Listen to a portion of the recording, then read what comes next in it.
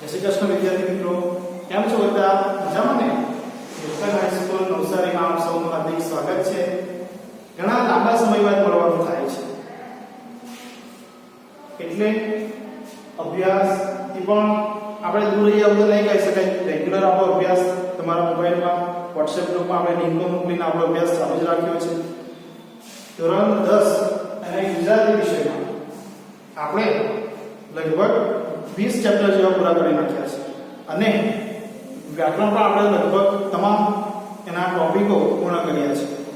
તો આજે વિદ્યાર્થી મિત્રો આપણે જે ચેપ્ટરો આપણા પૂરા થઈ ગયા છે એનું થોડું સંક્ષેપમાં રિવિઝન કરીશું અને જે વ્યાકરણના ટોપિકો સંજ્ઞા, વિશેષણ, ક્રિયા વિશેષણ, સમાસ છે, અલંકાર છે, છંદ છે, જોડણીના નિયમો છે, આ બધું જે આપણે જોઈ ગયા છે, બરાબર, એ તમને હું પાછો ફરીથી બધા જ ચેપ્ટરો કરાવવાનો છું, એની કોઈ ચિંતા નથી.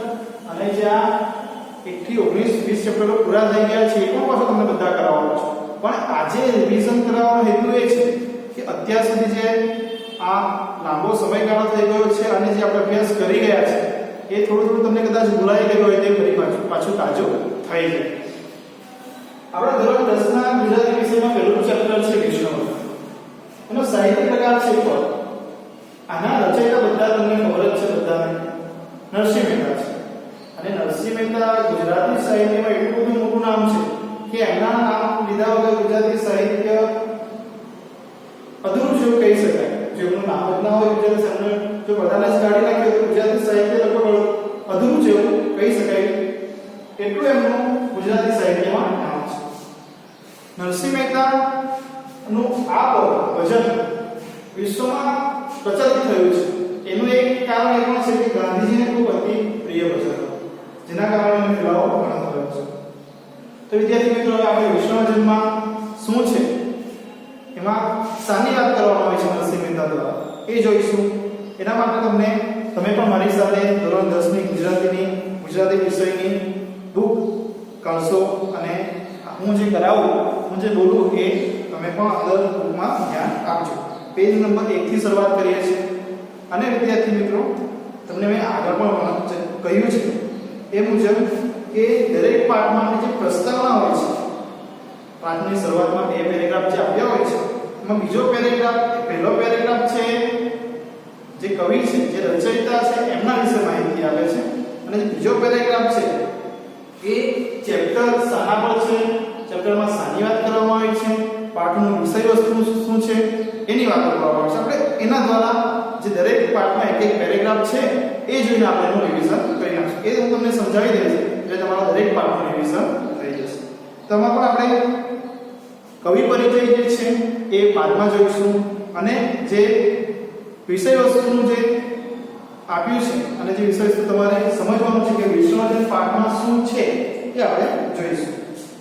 તો ભક્ત કવિ નરસિંહ મહેતાના અનેક પદો સદીઓથી ગુજરાતી પ્રજાના હૈયે અને મોઢે વસેલા છે. વિદ્યાર્થી મિત્રો, તમે પણ મારી સાથે બુક લઈને બેસજો અને હું જે બોલું એ તમે તમારી બુકમાં, પાઠ્યપુસ્તકમાં જોતા જશો તો જ તમને વધારે ખ્યાલ આવશે. શરૂઆત કરીએ ફરીથી આપણે. ભક્ત કવિ નરસિંહ મહેતાના અનેક પદો સદીઓથી ગુજરાતી પ્રજાના હૈયે અને મોઢે વસેલા છે. ભક્ત કવિ કેમ કહ્યા છે નરસિંહ મહેતાને? કારણ કે ગુજરાતી સાહિત્યમાં એમનું જે પ્રકાર છે એ વિશેષ કરીને ભક્તિ સાહિત્યમાં વધારે છે. પદો છે, ભજનો છે, પ્રભાતિયા છે, એટલે એમને ભક્ત કવિ કહેવાય છે. વૈષ્ણવજન તો પદ ગાંધીજીને અતિ પ્રિય હતું. મેં જેમ તમને વાત કરી કે આ જે પદ છે, આ ભજન છે એ ગાંધીજીને અતિ પ્રિય હતું, જેના કારણે આ વૈષ્ણવજન પદ ભજન આટલું પ્રચલિત હતું. એ કારણે ગુજરાત બહાર, ભારત અને વિશ્વમાં પણ આ પદ જાણીતું છે. ગુજરાત અને ભારતમાં તો પ્રચલિત છે આ પદ, પણ સાથે સાથે ગાંધીજીને અતિ પ્રિય હોવાને કારણે વિશ્વમાં પણ પ્રચલિત બન્યું છે. આ પદના વૈષ્ણવજન એટલે કે સાદી ભાષામાં જેને ભગવાનનો માણસ, સજ્જન કહીએ છીએ, એના લક્ષણો બતાવવામાં આવ્યા છે. એટલે કે આ ભજનમાં, આ પદમાં વૈષ્ણવજન, વૈષ્ણવ અને જન, વૈષ્ણવ અને ભગવાનનો જન એટલે માણસ, કે કોને આપણે ભગવાનનો માણસ કહી શકીએ, કોને આપણે સારો માણસ કહી શકીએ, એમના લક્ષણો બતાવવામાં આવ્યા છે. જે બીજાનું દુઃખ જાણે, વૈષ્ણવજન કોને કહીશું કે કોઈને જુએ અને જાણે કે દુઃખમાં છે તો એની મદદ કરે, એટલે કે બીજાનું દુઃખને ઓળખે કોઈની પર ઉપકાર કરે છતાં મનમાં અભિમાન ન રાખે. કોઈની પર ઉપકાર કરે છે છતાં પણ પોતાના મનમાં અભિમાન નથી રાખતો. આપણે ઘણીવાર જોઈએ છે કે કદાચ એવા માણસો પણ છે કે કરે થોડું અને બતાવે વધારાનું અભિમાન કરે. એવું નથી કરતા. વિષ્ણુવર્ધન શું કરે છે કે કોઈકની મદદ કરે છે, કોઈકનું દુઃખ જાણે છે, એને દૂર કરે છે, પણ મનમાં ક્યારે પણ અભિમાન લાવતા નથી. બધાને માન આપે છે. વિનમ્રતા બહુ સારો ગુણ છે અને એ ગુણ પણ નરસિંહ મહેતા કહે છે કે વિષ્ણુવર્ધનમાં હોય છે. બધાને જ માન આપે છે. કોઈની નિંદા ન કરે. કોઈની પણ નિંદા કરતા નથી. કોઈની ખોટી વાતો કરતા નથી. બરાબર? કોઈના વિશે કસાતું બોલતા નથી. નિંદા ન કરવી. એટલે આપણે આ એકમાં લેવાનું છે. કોઈના વિશે કંઈ વાતો નથી કરતા, કોઈની ખરાબ વાતો નથી કરતા, કોઈની જે નિંદા નથી કરતા, કોઈના વિશે ગમે તેમ નથી બોલતા, કોઈની પણ નિંદા કરતા નથી.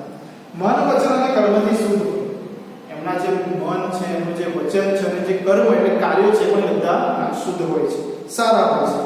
બધા તરફ સંભાવનાના હોય છે. એમના માટે બધા સરખા હોય છે. નહીં નાના, નહીં મોટા. એમને માટે દરેક વ્યક્તિ જે છે એ બધા સરખા છે. એમના મને બધા સરખા છે. બધા વ્યક્તિઓ એક સમાન છે. પર સ્ત્રીને માતાની દ્રષ્ટિએ જુએ છે. વિષ્ણુવર્ધન બીજી પર સ્ત્રી છે, કોઈની અન્ય સ્ત્રી છે, તો એને પોતાની માતાની દ્રષ્ટિએ જુએ છે.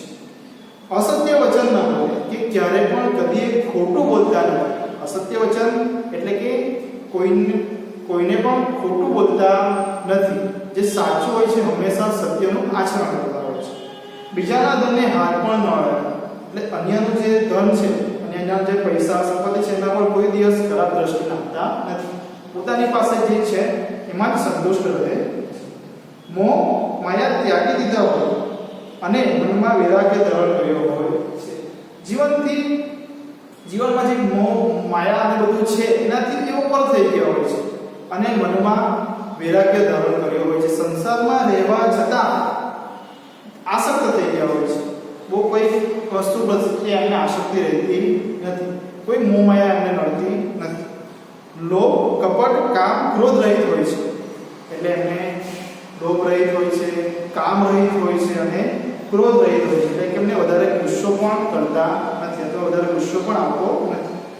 તે ખરો સજ્જન છે. નરસિંહ મહેતા કહે કે આટલા જ લક્ષણો જેનામાં હોય એને આપણે વિષ્ણુવર્ધન કહી શકીએ અથવા તો વિષ્ણુવર્ધન કહેવાય છે. એવા માણસના દર્શનથી આપણી 71 પેઢી કરી જાય છે. નરસિંહ મહેતા એવું કહેવા માંગે છે કે આ બધા લક્ષણો જેનામાં હોય એ વિષ્ણુવર્ધન છે. બરાબર? અને એવા માણસના આપણે જો દર્શન કરીએ તો આપણે 71 પેઢી કરી જાય છે. વિદ્યાર્થી મિત્રો, આ તો આપણે સંક્ષેપમાં એનું આ પાઠનું રિવિઝન કર્યું. હું જ્યારે ફરીથી ચલાવીશ ત્યારે તમને સંપૂર્ણ પાઠ ચલાવીશ અને આપણે જે સમજવાનું છે ડિટેલમાં ત્યારે સમજી કે પંક્તિઓ તમને બધી સમજાવીશ ઉદાહરણ સાથે. બરાબર?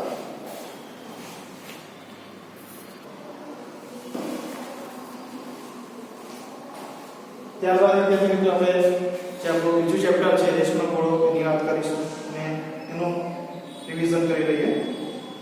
કે શિક્ષણનો પાયાનો સિદ્ધાંત આનંદ આપવાનો છે. રેશનો ઘોડો પાઠમાં તમે આપણે જોઈ ગયા છે મુજબ પાત્ર પરિચયમાં અંકિત છે, સૌરભ છે, હિનાબેન છે, મંજુ કાકી, વિનુ કાકા છે, સંજયભાઈ છે. આ બધા પાત્રો દ્વારા આ સાહિત્ય, આ જે ચેપ્ટર છે એનું સાહિત્ય નવલિકા છે. નવલિકા એટલે ટૂંકી વાત. નવલકથા મોટી હોય, મોટી કથાવસ્તુ હોય અને ખૂબ જ 300-400 પાનાની, 200-300 પાનાની એક લાંબી વાર્તા હોય. નવલિકા એટલે ટૂંકી વાર્તા. બરાબર? તો આ ટૂંકી વાર્તામાં આપણે આટલા પાત્રો વિશે આપણે જોઈ ગયા છે.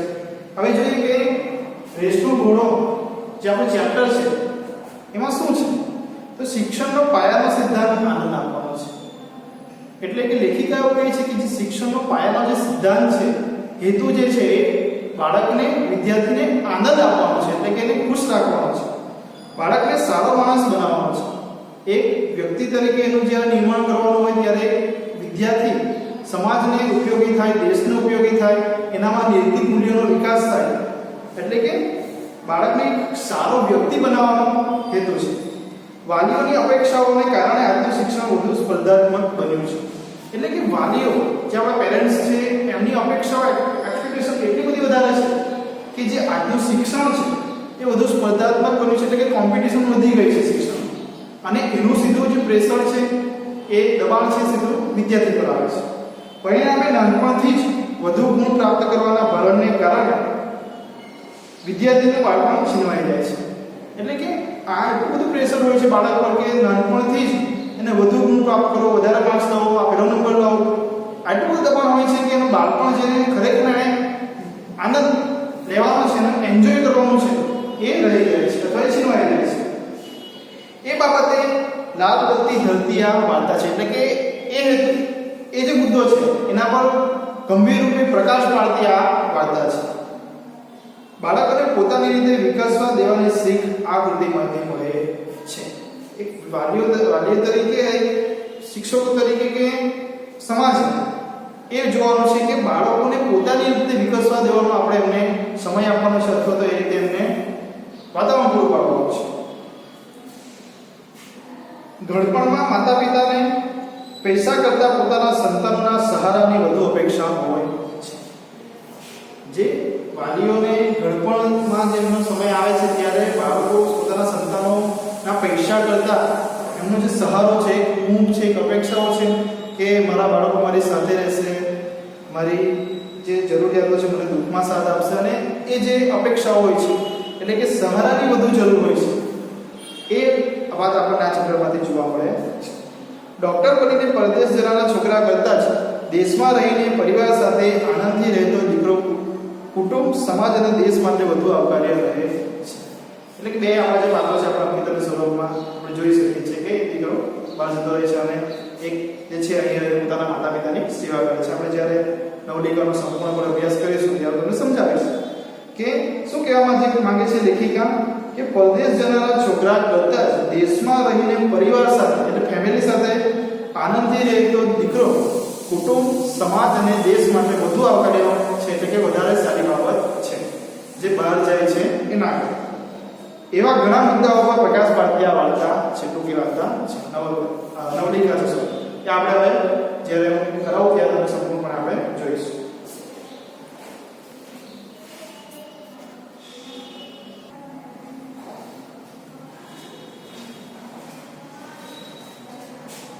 ત્યારબાદ વિદ્યાર્થી મિત્રો ત્રીજું ચેપ્ટર આપણું શરૂઆતના સાધુને સાહિત્ય પ્રકાર છે ભજન, ગંગા સતી દ્વારા રચવામાં આવ્યું છે. ગુજરાતી સાહિત્યમાં જો સ્ત્રીઓની વાત કરીએ તો ગંગા સતીમાં પણ ગુજરાતી સાહિત્યમાં ઘણું વિશાળ પ્રદાન છે, અને એમણે આ જે ભજન છે પોતાની શિષ્યા પાનબાઈને ઉદ્દેશીને કહ્યું છે, એમને સંભળાવ્યું છે. તો સારી વાત કરવામાં આવી છે આ ભજનમાં. આપણે જોઈએ કે ગંગા સતીના ઘણા ભજન પ્રચલિત બન્યા છે, જેમ કે મેરુટો લગે પણ જેના મન ન લગે અને વીજળીને ચમકારે મોકલીના પરો. એવા ઘણા બધા બીજા જે ભજનો છે ગંગા સતીના એ પણ પ્રચલિત બન્યા છે. પણ આ જે પ્રસ્તુત ભજનમાં એટલે કે જે આ જે ભજન છે એમાં એક આદર્શ સંત કેવા હોય અને એમનામાં કયા કયા ગુણો હોય એની વાત કરવામાં આવે છે. કે એક આદર્શ સંત એ હોય કે કહેવાય કે જેનામાં સર્વ ગુણોનો શું કહેવાય વિકાસ થયો હોય અને જેનું ચિત્ત શુદ્ધ હોય. જો આપણે જોઈએ કે પ્રસ્તુત ભજનમાં એક આદર્શ સંત કેવા હોય એની વાત કરવામાં આવે છે, અને જેનામાં સર્વ ગુણોનો વિકાસ થયો હોય એટલે કે એ જે સંત છે એ જે સાધુ છે એનામાં બધા જે ગુણો એક સાધુમાં હોવા જોઈએ, એક સાચા સંતમાં હોવા જોઈએ, બધા જ ગુણોનો વિકાસ થયો હોય છે. જેનું ચિત્ત શુદ્ધ હોય છે, મન અને જે ચિત્ત હોય છે એ એકદમ એ સાધુનું શુદ્ધ હોય છે, જેના મનમાં શત્રુ કે મિત્ર એવા કોઈ ભેદ ન હોય. એ જે સાધુ જે સંત છે એના મનમાં એવા કોઈ ભેદ હોતા નથી કે એ મારો શત્રુ છે કે આ મારો મિત્ર છે કે આપણે મારી સાથે આવું કર્યું છે તો આ મારો દુશ્મન છે. એવા કોઈ પણ ભાવ એમના મનમાં હોતા નથી. પ્રભુમાં જ જેનું મન પરેવાળું હોય છે, એટલે કે નિરંતર જે સાધુ છે, શીલવંત સાધુ, એમનું ચિત્ત, એમનું મન હંમેશા સંપૂર્ણપણે ભગવાનની ભક્તિમાં જ પરોવાયેલું રહે છે. મન, વચન અને કર્મ જેના એક મન, વચન અને કર્મ, આપણે આ જે ગુણો છે આ મન, વચન અને કર્મ આપણે વિષ્ણુવચન ચેપ્ટરમાં પણ જોઈ ગયા છે, વિષ્ણુવચનના લક્ષણો. એટલે ઘણીવાર વિદ્યાર્થી મિત્રો જ્યારે પરીક્ષામાં પૂછાય છે કે વિષ્ણુવચનના લક્ષણો જણાવો, તો ઘણીવાર આપણે સિલવંત સાધુના લક્ષણો પણ આમાં મિક્સ થઈ જતા હોય છે. એટલે એક ખાસ કાળજી રાખવાની છે કે વૈષ્ણવજનના અને સિલવંત સાધુના લક્ષણો થોડા જુદા છે, એ અમારે અંદર મેચ કરવાના, સરખા ભેગા કરવાના નથી. આઠે પ્રહર આનંદમાં રહેતા હોય. બસ ને, પ્રહર વિશે બધાને ખબર છે, ખ્યાલ છે કે નથી? પ્રહર એટલે 3 કલાક, બરાબર? એટલે 8 પ્રહર એટલે 24 કલાક. તો આઠે 8 પ્રહર જેનું મન ભક્તિમાં જ લીન હોય છે, એવા સાધુને આપણે વારંવાર નમવાની વાત કરી છે. આ ભજનમાં સિલવંત સાધુ ભજનમાં રંગાસરથી પોતાની શિષ્ય કાનભાઈને ઉદ્દેશીને એમણે કહ્યું છે કે સિલવંત સાધુ કોને કહેવાય, કોને આપણે સિલવંત સાધુ કહી શકીએ, સિલવંત સાધુ કેવા હોય. તો એમણે બધા ગુણો દર્શાવ્યા છે કે આટલા ગુણો હોય ત્યારે સિલવંત સાધુ કહેવાય. અને એવા સાધુ જો તમને મળી જાય તો તમારો બેડો પાર થઈ જાય અને તમારે એમને વારંવાર અનુભવવું જોઈએ.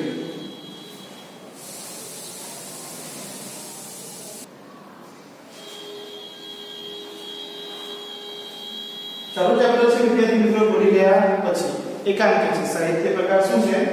એકાંકી. તમને કદાચ થોડી સ્પીડ વધારે લાગતી હશે, પણ વિદ્યાર્થી મિત્રો આ બધા જ ચેપ્ટરો આપણે ફરીથી એકવાર જોવાના છે. તો આપણે જે અત્યાર સુધીના જે ચેપ્ટરોને એકવાર શું કહેવાય જોઈ ગયા છે, તમે કદાચ ભૂલી ના જાઓ. એનો થોડો અભ્યાસ જે આપણે કરવાનો છે, મતલબ કે જે અત્યાર સુધી જોયું છે એ કદાચ તમને ભૂલાય ના જાય, એટલે આપણે ફટાફટ રિવિઝન કરીએ છીએ. તો જોઈએ આ એકાંકીમાં શું છે. આ એકાંકી સંબંધ વિચ્છેદ ફરી સંબંધ બંધવાની ઘટનાઓ છે. એટલે કે આ એકાંકીમાં સંબંધ બંધાય છે, વિચ્છેદ છે એટલે છૂટો પડે છે અને ફરી પાછો જોડાય છે. રઘુવીર ચૌધરી આમના જયતા છે. અને તેનું કારણ પિતા વિરાટનું પુત્રી મનીષાની ક્ષમતા વિશેનું અજાણપણું છે. કે તેનું કારણ શું છે કે સંબંધ બંધાય છે, છૂટો થાય છે અને ફરી પાછો જોડાય છે. એનું કારણ એ છે કે જે પિતા છે મનીષાના, મુખ્ય પાત્રમાં મનીષા છે, બરાબર? પાત્ર જે આપણે ફરી આખો એકાંકી જોઈશું ત્યારે બધું તમને કરાવીશ. તો મનીષાના પિતા મનીષાની ક્ષમતા વિશે અજાણ હોય છે. મનીષા અને નરેન લગ્ન ન કરી શક્યા, પરંતુ તેમનો પ્રેમ જળવાયો છે. આપણે જોઈશું એકાંકીમાં કે જોઈ પણ ગયા છે, તમને વિડીયો દ્વારા લિંક મોકલાવી છે એમાં, કે મનીષા અને નરેનના લગ્ન નહીં થઈ શક્યા, પણ એમનો જે પ્રેમ છે એ હજુ સુધી જળવાયો છે. આબુ ઉપર પર્વતારોહણ દરમિયાન એક કુટુંબને રીંછથી બચાવવાનું મનીષાનું પરાક્રમ સૌને નવેસર વિચાર કરવા પ્રેરે છે. કે આબુ પર જે પર્વતારોહણ દરમિયાન મનીષા એક રીંછ કુટુંબને ત્યાં બચાવે છે, રીંછથી. અને ત્યાં એનું જે શૌર્ય છે, એની જે હિંમત છે, એ બધાને એના પિતા છે, તમામ એની સાથે જોડાયેલા પાત્રોને એકવાર વિચાર કરતા કરી દે છે કે મનીષા આટલી હિંમતવાળી ક્યારે થઈ કે પહેલા એ ડરપોક હોય છે. એ આપણે એકાંકીમાં જોઈશું. બાહ્ય બનાવવા અને અંદર વહેતા પ્રવાહને લેખકે સંવાદમાં એવી રીતે પૂછ્યા છે કે એકાંકીનું રહસ્ય, પાત્રનો પરિચય અને સુખદ અંત અહીં અખંડ રીતે પ્રગટ થાય છે. લેખકની સંવાદ શક્તિ આ એકાંકીને બળકટ બનાવે છે. એટલે કે આ જ્યારે એકાંકી આપણે ભણીશું વિસ્તારમાં ત્યારે જોઈશું.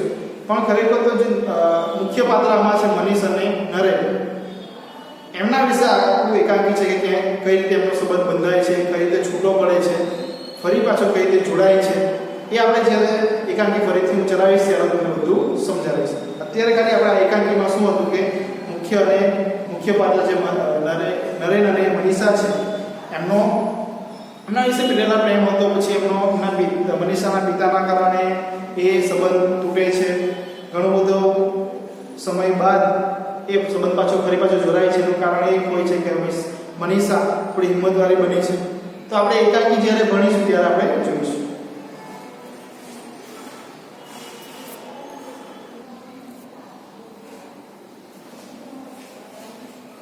ત્યારબાદ વિદ્યાર્થી મિત્રો પાંચમું ચેપ્ટર દીકરી.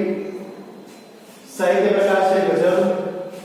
સાહિત્ય પ્રકાર વિદ્યાર્થી મિત્રો બધાને ખબર છે ને, આપણે ગુજરાતી સાહિત્યમાં જ્યારે આપણે પહેલો મેં વિડિયો લિંકમાં આપણા ગ્રુપમાં મૂક્યો હતો ત્યારે તમને બધા જ સાહિત્ય પ્રકારો વિશે મેં ટૂંકમાં માહિતી આપી દીધી હતી. આપણે બધા સાહિત્ય પ્રકારોની મેં તમને સમજ આપી હતી.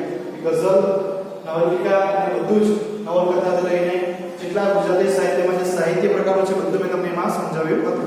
જો ના યાદ હોય તો ફરીથી એ વિડિયો એકવાર જોઈ લો, લિંક ઓપન કરી.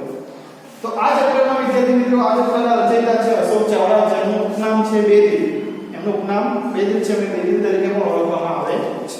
જોઈએ દીકરી ચેપ્ટરમાં શું છે તમને શીર્ષક જોઈને ખ્યાલ આવી જશે કે આખું જે આ જે ગઝલ છે એક કોના પર હશે દીકરીનું મહત્વ આ ગઝલમાં સમજાવવામાં આવ્યું છે આ કાવ્ય ગઝલ સ્વરૂપ છે એટલે ગઝલ સ્વરૂપે છે આ કાવ્યનું સ્વરૂપ સાહિત્ય પ્રકાર ગઝલ છે તેમાં વાહનો દરિયો દીકરીના ગૌરવભર્યા સ્થાન અને માનની સંવેદનાનું આલેખન થયું છે એટલે કે આપણા સમાજમાં એક દીકરી એક વાહનો દરિયો તમને ખબર છે ને આ જે વાક્ય છે ઘણી વાર આપણે સાંભળ્યું છે કે દીકરી વાહનો દરિયો નિબંધ પણ આપણે ઘણા સમયથી લખતા આવ્યા છે તો કે સમાજમાં એક પિતા માટે તો ખાસ કરીને જે દીકરી એમની છે એમના માટે વાહનો દરિયો છે અને દીકરીના ગૌરવભર્યા સ્થાન વિશે આ ગઝલમાં આપણે જે લેખકે કવિએ જે વાત કરી છે આપણે જોઈએ જાણે સ્વર્ગની એક એક દેવીની ઝલકમાં દીકરી જોવા મળે છે કવિ એવું કહે છે કે આપણે દીકરી જે છે એની ઝલક સ્વર્ગની દરેક જે દેવી છે એમની આંખમાં આપણને એમની ઝલક જોવા મળે છે દીકરી સ્નેહનું ઝરણું છે એક પિતા માટે તો દીકરી એટલી બધી આશીર્વાદ રૂપ સમાન છે કે પિતા માટે દીકરીનું મહત્વ ખૂબ વધારે છે અને આમાં પણ અશોક ચાવડા પોતાની પુત્રીને અનુલક્ષીને આ ગઝલ રચી છે એટલે એવું કહેવા માંગે છે કે દીકરી તો એક પિતા માટે વાલનો દરિયો અને એક સ્નેહનું ઝરણું છે તેની હાજરી સુગંધ અને શીતળતા આપે છે દીકરી ખાલી હોય જ સાથે હોય તો એ એક સહકાર મળે અને એની જે હાજરી છે એ જ સુગંધ આપે છે મોટી થયા પછી સમજણી દીકરી બાપનો હાથ વધારે છે મતલબ કે હાથ દે છે એને સપોર્ટ કરે છે સહાયભૂત થાય છે એ નાજુક ચિત્ર યાદગાર છે દીકરીની વિદાય પછી ભીની થતી પાપણમાં દરેક વખતે દીકરી પ્રત્યક્ષ થાય છે એટલે કે જ્યારે પિતા કશેક મેરેજમાં ગયા હોય કે કશેક અન્ય પ્રસંગમાં હોય કે ગયા હોય ત્યારે અચૂકપણે જો બીજી દીકરી અને પિતાને જુએ તો એમને પોતાની દીકરીની યાદ આવી જ જાય છે અને એમની આંખમાંથી જો આંસુ કદાચ ના નીકળે તો કદાચ એટલે નીકળી જ જાય પોતાની દીકરીની યાદ આવી જ જાય એવું કહેવા માંગે છે કવિ પિતાની નજરે આલેખાયેલું દીકરીનું વત્સલ અને મધુર વ્યક્તિત્વ છે દીકરીના વ્યક્તિત્વની મહત્તા અને માતા પિતાના મનોભાવોને ગઝલમાં સુંદર વાંચા આપવામાં આવી છે એટલે કે દીકરીના વ્યક્તિત્વનું જે મહત્વ છે અને માતા પિતાના મનોભાવોને આ ગઝલમાં મહત્વ આપવામાં આવ્યું છે આપણે જોઈશું જ્યારે ચલાવીશું ત્યારે